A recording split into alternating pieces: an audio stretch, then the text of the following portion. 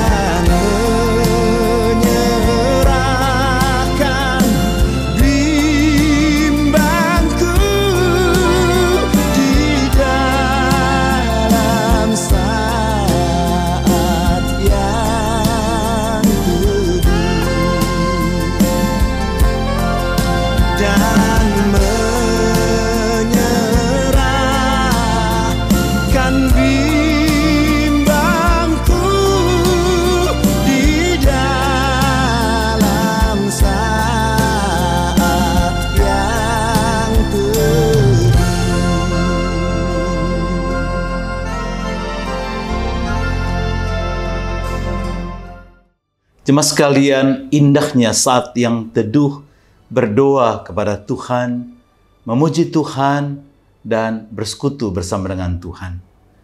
Kita akan kembali belajar di hari ini kembali tentang Dasatita yang ke-9. Firman Tuhan mengatakan, karena itu buanglah dusta dan berkatalah benar seorang kepada yang lain, karena kita adalah sesama anggota. Hari ini kita bicara soal perintah yang ke-9, janganlah berdusta.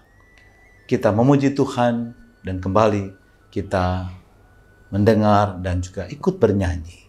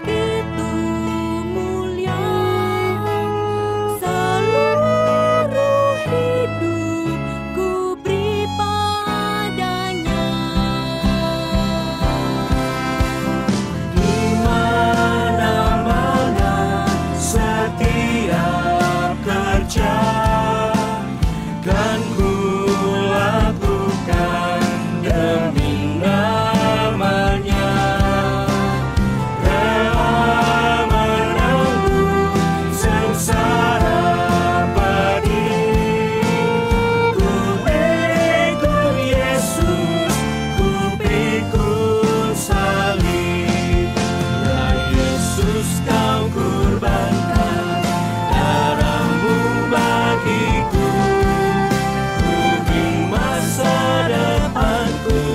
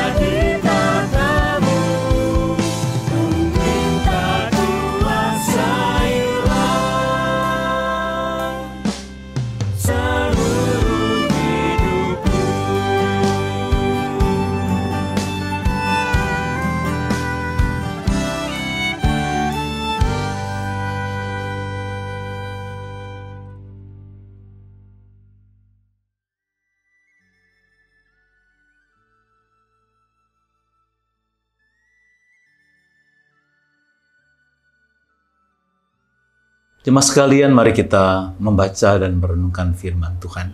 Kita berdoa. Tuhan, kami ingin kembali bersekutu di dalam doa. Kami bersyukur buat hari yang baru, kesehatan, kekuatan yang Tuhan berikan buat kami.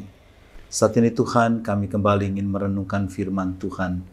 Tuhan menolong kami sehingga apa yang kami baca, kami dengar, boleh menguatkan iman kami dan merubah hidup kami semakin lebih baik. Berfirmanlah Tuhan kepada kami sedia mendengarkan firman-Mu. Hanya dalam nama Tuhan Yesus, kami berdoa. Amin. Bapak Ibu sekalian, firman Tuhan dari kitab Keluaran pasal yang ke-20 ayat 16. Janganlah mengucapkan saksi dusta tentang sesamamu. Demikianlah firman Tuhan. Yang berbahagia kita yang mendengarkan firman Tuhan dan yang melakukan dalam hidup kita hari lepas hari. Saudara-saudara, hari ini kita bicara soal jangan mengucapkan saksi dusta tentang sesamamu. Sebuah lembaga survei mencoba mensurvei tentang berdusta yang sudah menjadi cara hidup yang lazim. Dikatakan 91% orang telah terbiasa berdusta sehubungan dengan hal-hal yang dianggap sepele. 36% orang berdusta mengenai hal-hal yang penting. 75% berdusta kepada teman-temannya. 73% berdusta kepada saudara-saudara sekandungnya. Dan 69% itu berdusta kepada pasangannya. Itu soal survei.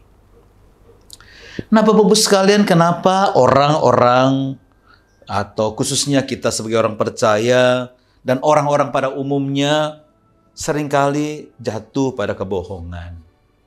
Padahal kita tahu itu berbahaya. Paling sedikit ada 3 alasan. Ada seorang mengatakan, kenapa orang-orang itu berbohong?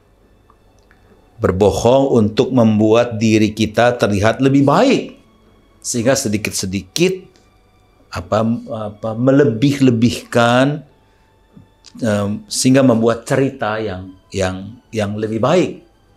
Berbohong dalam hal membuat diri kita terlihat lebih baik, lebih hebat, lebih saleh gitu. Sehingga ditambah-tambahin cerita tentang diri kita. Atau juga berbohong untuk melindungi diri kita dari konsekuensi. Karena kita menutupi kegagalan-kegagalan kita. Kalau nggak ditutupi, kelihatan bahwa kita ini manusia yang gagal. Atau juga karena untuk mendapatkan sesuatu yang kita inginkan. Seperti nilai yang bagus ketika sekolah dan kuliah, promosi pekerjaan, atau juga mendapatkan tunjangan atau mendapatkan untung yang lebih besar. Jadi sehari-hari tanpa kita sadar, kita seringkali tergoda melakukan hal yang tidak jujur dengan alasan untuk diri sendiri, keluarga, pasangan, ataupun sesama kita. Coba kita lihat soal berdusta. Dalam Kamus Bahasa Indonesia, dusta berarti perkataan yang tidak benar. Mengatakan hal yang tidak benar atau berbohong. Ini hampir mirip. Kata dusta dalam bahasa Yunani itu berbohong, menggambarkan pernyataan yang tidak benar, pelanggaran yang disengaja terhadap kebenaran. Jadi, mengatakan hal-hal yang sengaja dikatakan tidak benar padahal benar. Jadi, sesuatu yang dalam keadaan tidak benar. Di dalam kata Yunani, kata bohong itu, dusta juga bisa pakai kata pseudo, artinya berbohong. Jadi sesuatu yang dalam keadaan tidak benar. Pseudo adalah isi dari ucapan yang salah. Kepalsuan yang disengaja. Apapun yang nampak tidak seperti aslinya. Kalau Kamus Webster mengatakan Kebohongan menyatakan sesuatu yang oleh pembicara diyakini, diketahui sebagai tidak benar dengan maksud menipu. Pernyataan palsu yang disengaja. Pernyataan atau tindakan itu dirancang untuk menipu orang lain. Motivasinya ingin mungkin menyakiti orang lain, melindungi diri sendiri, atau mendapatkan keuntungan. Nah, firman Tuhan mengatakan janganlah mengucapkan saksi dusta. Perintah ini tidak sekedar berbohong. Tuhan tidak senang orang yang tidak jujur. Tuhan tidak senang kepada orang yang tidak punya maksud yang murni. Jadi perintah ini jangan mengucapkan saksi dusta menuntut setiap umat Israel, setiap kita untuk mempunyai kemurnian hati. Sehingga kita tidak berkata yang berdusta. Yang Tuhan inginkan adalah hati yang murni, yang bersih. Hati yang tanpa motivasi merugikan orang lain atau menyakiti orang lain. Jadi janganlah mengucapkan saksi dusta, artinya milikilah hati yang murni. Hati yang sungguh-sungguh tulus. Zaman dulu saksi adalah andalan dalam sistem peradilan Israel. Seperti kita hari ini. Kata-katanya harus mengarah pada pembenaran atau penghukuman. Saksi-saksi palsu merupakan ancaman bagi kehidupan individu dan masyarakat pada umumnya. Karena bisa menimbulkan permusuhan, perpecahan, dan juga kehancuran dengan memutarbalikkan ketidakadilan. Jadi untuk memahami bagaimana Tuhan berbicara tentang bagaimana kita memberikan kesaksian palsu tentang sesama di luar ruang sidang, kita pertimbangkan terlebih dahulu apa yang Ia harapkan dari saksi dalam ruang sidang. Harus berkata benar, karena itulah tujuan Tuhan. Paulus bergumul tentang hal itu. Tentang jemaat yang penuh dengan intrik-intrik dusta. Sehingga dia katakan dalam Efesus pasal 4 ayat 25, buanglah dusta dan berkatalah benar. Membuang sama artinya menanggalkan. Jadi Paulus ingin supaya kebohongan sebagai salah satu gaya hidup dari manusia lama itu harus ditanggalkan, dibuang. Tidak ada lagi dalam kehidupan jemaat. Dalam terjemahan lembaga LAI, membuang dusta dan mengatakan benar itu dianggap sejajar. Dusta, pseudos jelas bukan karakter anak-anak Allah, tapi anak-anak iblis, bapak dari segala dusta, Yohanes 8 ayat 44. Jadi pengikut iblis dikatakan. Karena iblislah bapak segala dusta. Allah tidak pernah berdusta. 1 Samuel pasal 15 ayat 29. Dia membenci dan jijik dengan dusta. Amsal 12 ayat 22. Amsal 6 ayat 16 sampai 17. Jadi Paulus ingin saling mengatakan benar. Saling mengatakan kebenaran harus menjadi budaya dalam komunitas orang percaya. Tuhan Yesus memerintahkan kita juga untuk berkata ya jika iya dan tidak jika tidak. Jadi ada alasan untuk berkata benar, kata Efesus dalam Efesus 4 ayat 25b. Paulus hanya berfokus pada satu alasan, karena kita adalah sesama anggota tubuh, harus berkata dalam kebenaran, yaitu orang-orang yang percaya kepada Tuhan. Jadi Paulus sangat ingin menyampaikan soal penipuan diri dan kebodohan yang berkaitan. Berdusta kepada sama anggota di tubuh Kristus adalah penipuan diri sendiri, karena didustai sebenarnya adalah seluruh tubuh. Jadi seorang tidak mungkin mengakui diri sebagai bagian dari tubuh Kristus, tapi pada saat yang sama dia menipu dan mendustai anggota yang lain. Jadi kita harus mengesampingkan setiap bentuk ketidakjujuran, termasuk menutupi kebenaran, melebih-lebihkan, kegagalan untuk menepati janji, pengkhianatan terhadap kepercayaan. Kita butuh, Paulus katakan, hati yang baru, harapan yang baru, cinta baru. Kita membutuhkan pengampunan dari saksi yang setia dan benar, yaitu Yesus Kristus, Wahyu 3 ayat 14. Kita tidak hanya menghindari kepalsuan, tetapi kita berbicara kebenaran dengan sesama kita. Itu sebabnya marilah kita belajar, kita sungguh-sungguh dalam kehidupan sehari-hari tidak berdusta atau berbohong. Orang percaya harus menghapus keinginan berkata dusta dari dalam hati dan pikirannya. Ucapan dan tindakan yang tidak merusak nama baik, tindakan yang tidak menggosip, tidak memfitnah, tindakan yang merugikan nama baik orang lain, tindakan memanipulasi data dan tidak memberikan informasi yang tidak benar dan merusak nama baik orang lain, itu harus sungguh kita hindari. Ya, kita mulai berkata benar dan menanggalkan dusta. Amin.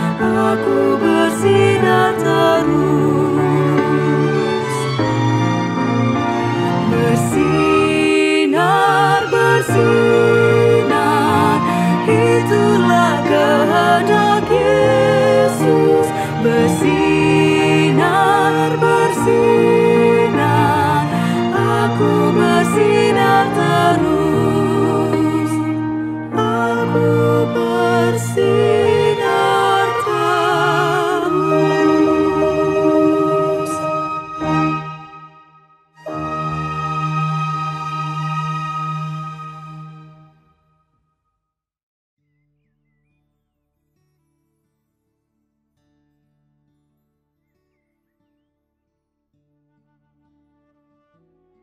Mari kita berdoa. Tuhan, terima kasih Kau mengajarkan kami untuk berkata yang benar, menanggalkan segala hal yang penuh dengan ketidakjujuran. Tuhan, tolong kami, bantu kami untuk berkata benar, membuang dusta. Ampuni kami kalau kami seringkali tergoda untuk mengatakan yang tidak benar, yang merugikan orang lain, yang merancang supaya orang lain itu jatuh. Kami seringkali menyakiti sesama anggota tubuh Tuhan. Padahal itu menipu diri kami sendiri karena kami adalah bagian dari tubuh Kristus. Tuhan, tolong setiap kami untuk sungguh-sungguh mentaati perintah Tuhan. Tuhan, berkatilah kehidupan kami. Ajar kami menata kata-kata kami, sikap kami, tindakan kami dalam terang firman Tuhan. Kami berdoa Tuhan bagi seluruh pekerjaan kami, usaha kami, biar kami boleh bekerja dan berusaha dengan jujur, dengan benar, karena kami percaya Tuhan akan memberkati kami. Tuhan, berkati juga setiap jemaat-Mu yang dalam pergumulan, pekerjaan, usaha, dan keluarga. Kau selalu menjaga mereka, melindungi mereka, memberikan kerajinan, ketekunan, dan berkat-berkat yang tak berkekurangan. Tuhan Bapa Surgawi, kami serahkan seluruh kehidupan bangsa dan negara kami juga ke dalam pengasihan-Mu. Berkati pimpinan bangsa kami agar boleh terus memperhatikan rakyat. Tuhan, tolong bangsa kami, pemerintah kami ketika terus berjuang untuk menghentikan penyebaran COVID-19. Tuhan, berkati jemaat-Mu, setiap umat, semua rakyat Indonesia yang terpapar COVID pada saat ini. Berikan kepada mereka kesehatan, kekuatan yang dari Tuhan. Terima kasih Tuhan. Kami akan melanjutkan kehidupan kami dalam karya dan kerja kami. Hanya di dalam nama Tuhan Yesus Kristus kami berdoa. Amin. Jemaat sekalian, arahkan hatimu kepada Tuhan dan terimalah berkat Tuhan. Tuhan memberkati engkau dan melindungi engkau. Tuhan menyinari engkau dengan wajah-Nya dan memberi engkau kasih karunia.